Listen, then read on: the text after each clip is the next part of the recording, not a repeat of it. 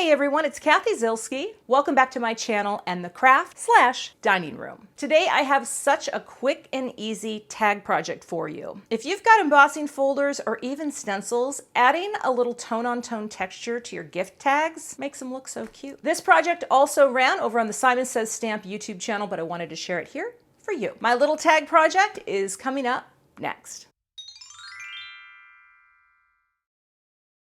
Here's a look at the project I'll be sharing today, and look at all that gorgeous tone-on-tone texture on the tag itself.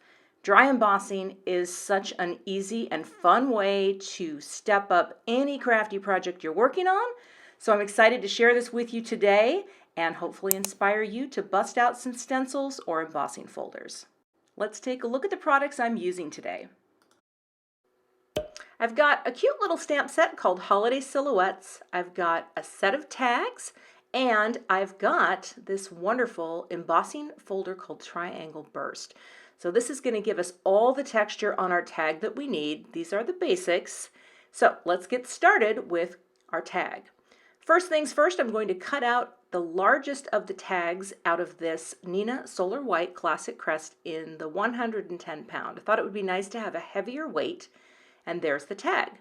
Next, I'm going to open the embossing folder and place the tag in so that the emboss is going to push up into the cardstock. Although you can flip it around, it really doesn't matter. And it's going to be cool because that center area is going to be in the top. My sandwich looks like this. I take the clear plates out, place a metal shim in, and one piece of cardstock on top of the embossing folder. For me, this gives me the best impression on my cardstock. I'll just run that through, take that cardstock off, and wait until you see the gorgeous texture on this tag. Isn't that cool? I mean, this alone just adds so much detail, right? Next, I will stamp a single tree, and I'll just go ahead and pick that up with my MISTI door, and I'm stamping this also on some Neenah Solar White Classic Crest. Going to ink it up with the Simon Says Stamp Positively Saturated Ink in Pearfection. Give that a nice little press down, transfer the ink, and I'll stamp it one more time as well just to give it a great impression. But this ink really does smooth out when it dries, and it looks fantastic. There is my green tree. While I've got the MISTI out, I'm also going to stamp my greeting and a little star for the top of the tree. I'm going to use embossing ink for this, so I'm powdering up here with my embossing magic pad, and I'll ink these stamps up with Versamark ink. Get a good coating on there and stamp this down. I don't want to press too hard because I don't want to smush the little greeting, but that looks good, and now I can add my powder. This is Antique Gold from Simon Says Stamp. It's my favorite gold fine detail embossing powder. It's got a wonderful warm hue to it.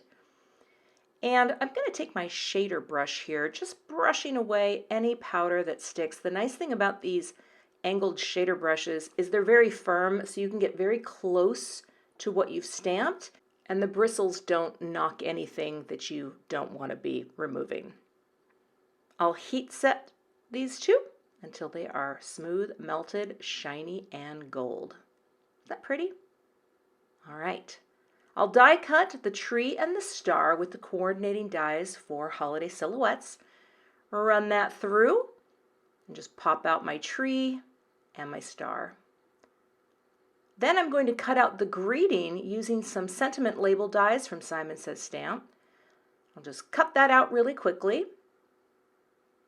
And once that's trimmed, I'm going to bring in one of the little notch banner dies that come in the set so that I can create a little banner. I like to tape the cardstock down and the little notch die down, run that through, and I'll get a perfect little fishtail on the banner. I'll trim this down off camera over on the left with my paper trimmer. Now to build the tag.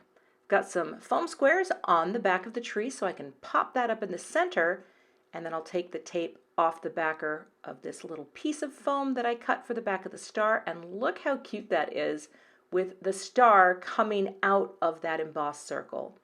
I'll pop up the greeting at the bottom, and next I'm going to add a little reinforcement in white. This comes as part of the tag die set. And I'll just put a little liquid glue on the back. I like to keep my reinforcements in the same color as the tag, just so that it's not distracting. And there, it's popped right down. And now it's time to add some twine. I only have a little baker's twine here.